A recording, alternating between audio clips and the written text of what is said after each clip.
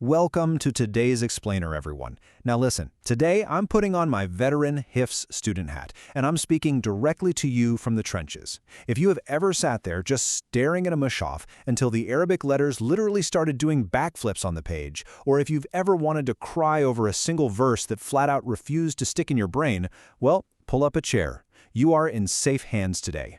We are diving into the absolute ultimate Hifz survival guide. We've meticulously combed through some incredible, centuries-old source material to bring you the exact cheat codes for Quranic memory. And I promise you, these aren't just nice, fluffy, theoretical ideas. No, these are battle-tested systems completely decoded for you. So let's just get right into it. Okay, let me hit you with a scenario that I know is universally traumatic for anyone who's tried this. You spend hours memorizing a page, right? It's flawless. You recite it perfectly to your steering wheel on the way to work, you're reciting it flawlessly in the shower, you go to sleep feeling like an absolute heavyweight scholar. And then, you wake up, you confidently open your mouth and nothing. The page is completely gone, wiped clean, just evaporated into thin air.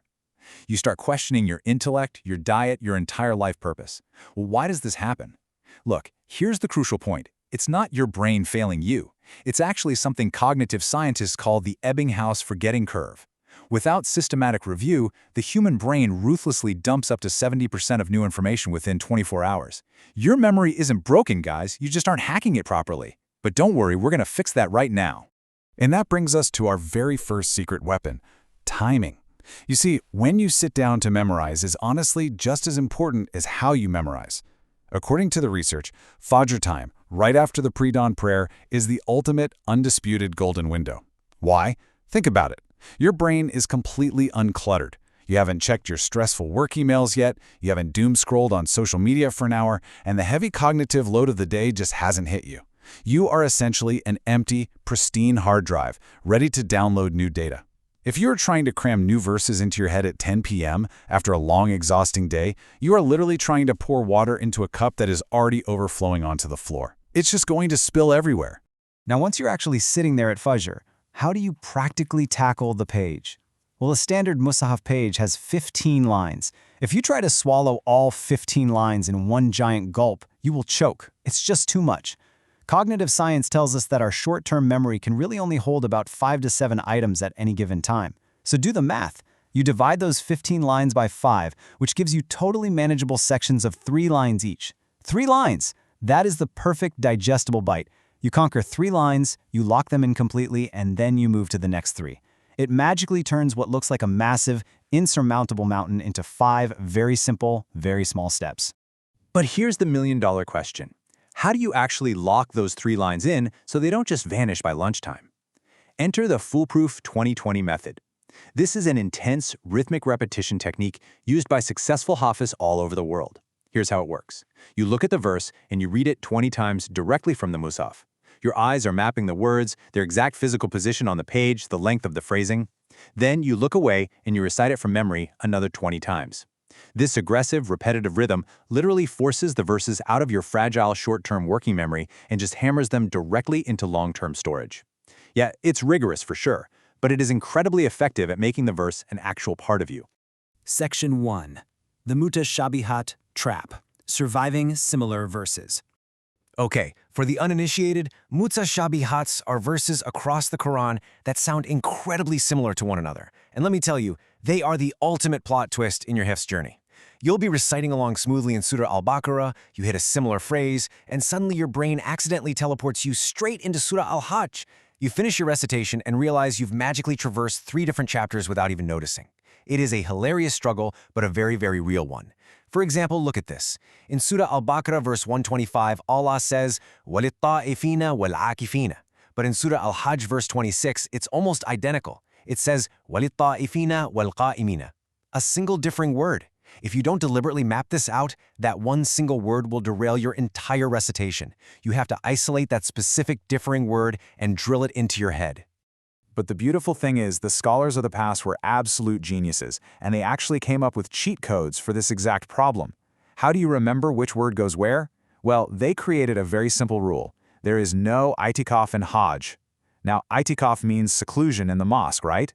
Since you don't do itikaf during the pilgrimage of Hajj, the word related to it, wal akifina, cannot possibly belong in Surah Al-Hajj. Therefore, logically, it must belong in Al-Baqarah. Boom. Problem solved forever. You don't have to guess anymore. You just follow the built-in, foolproof logic of the scholars. And here is another incredible mutashabihat cheat code we found in the sources, the rule of length. When you are totally stuck between two similar verses where one has an extra word or phrase, how do you know which one goes where? Well, the rule is beautifully simple and incredibly consistent. Wherever a similar verse has extra words, it almost always belongs to the surah or verse that is physically longer. So a longer surah automatically gets the longer version of the verse. It's just structural perfection. Keeping this simple rule of thumb in your back pocket is going to save you from endless frustrating second-guessing while you're trying to recite. All right, it's time for our second major reality check of this explainer. I am going to brutally but lovingly expose a massive myth for you right now. Motivation is a scam. Yeah, I said it. Motivation is that fleeting, warm, fuzzy feeling you get during the first week of Ramadan, where you want to memorize 5 entire pages a day. But motivation is entirely based on your mood, the weather outside, and what you had for breakfast. If you wait to feel inspired to do your Hifz, you will literally get nowhere. The true savior? Discipline. Discipline is sitting down and doing your daily review even when your brain is fried, the weather is gloomy, your friends are hanging out without you, and you would rather be doing absolutely anything else in the world.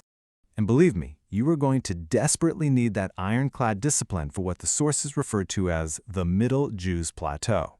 This is that arduous, grinding stretch from Juz 10 through Juz 20. It contains complex, long, heavy surahs like Al-Kahf, Maryam, and Al-Anbiya. This stretch is famously known as the graveyard of good intentions. The early hype and excitement of starting your Hifz journey? Yeah, that has completely died off by now, and the glorious finish line is nowhere in sight. You are stuck right in the middle of the ocean. The verses are less familiar to your ear, the narratives are dense, and your daily pace is going to slow down dramatically. So how in the world do we survive this plateau without just giving up? Well, here is your lifeboat. First things first, shrink your daily targets temporarily. If you normally memorize a whole page, drop it to half or even a quarter. This is a strategic retreat to preserve your daily habit. It is not a defeat. Second, listen to the surah constantly to build passive familiarity. Play it in the car, while you're cooking, literally everywhere. Third, use a visual progress chart. Actually, physically coloring in a box gives your brain concrete proof that you are moving forward when it feels like you're just standing still. And finally, renew your intentions. Constantly remind yourself why you started this profound, beautiful journey in the first place. Section 2. The Ottoman Mix, Turkey's ultimate retention engine. Now, if we are talking about extreme discipline, we absolutely have to pivot to this legendary method. Taught in traditional institutes like Suleymaniye, this is hyped up in our sources as the ultimate rigorous engine for bulletproof retention. Look, this isn't just about memorizing. It's an entire lifestyle engineered to make sure a single verse never, ever slips from your mind. Their day kicks off bright and early. But here is the massive shock value of the Ottoman method. Before a student is even allowed to start memorizing, they are required to read the entire Quran from cover to cover, perfectly, with proper tajweed, 10 times. 10 complete read-throughs, just to ensure their tongue is completely fluent with the Arabic script before a single verse is actually committed to memory. Absolutely wild, right? And let me tell you, the grind never stops. Their schedule pushes late in the evening. They utilize these strict, intense review systems with names like Zorpismus, which involves articulating and meticulously reviewing pages from earlier Jews. It's essentially an aggressive stacking system. They don't just move forward and forget about the past. They're constantly, relentlessly pulling their past memorization into the present, every single night. They're making sure the foundation is essentially cast in solid concrete before they even think about building the next floor of the house. Which brings us to the core framework of all that discipline, universally known as the Sabak, Sabki, and Manzil system. I like to call it the Golden Revision Triangle. Sabak is your brand new memorization for today. Sabki is the crucial review of the last 7 to 15 days of material.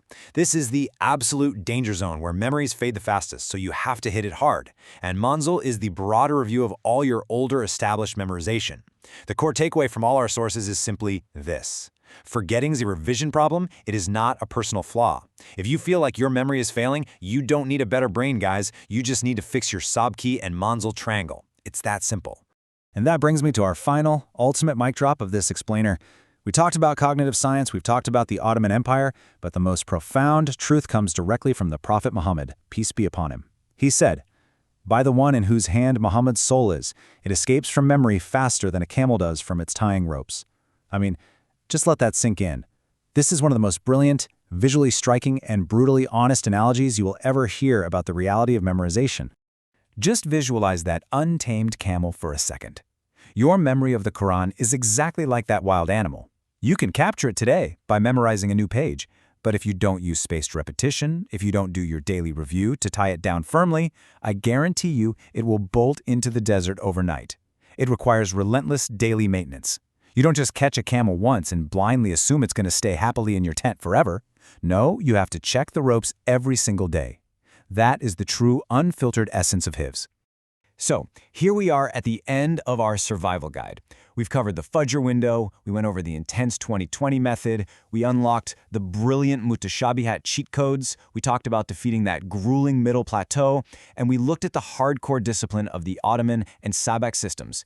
You literally have the exact cheat codes derived from the best resources and traditions available. The tools are sitting right in your hands, the strategies are historically proven, and honestly, the only thing left is for you to step up. So what is your excuse now? I challenge you. Don't just close this explainer and move on with your day. Go open your mushaf right now, grab those ropes, and start tying down that camel. Thanks for joining me on this explainer, and happy memorizing.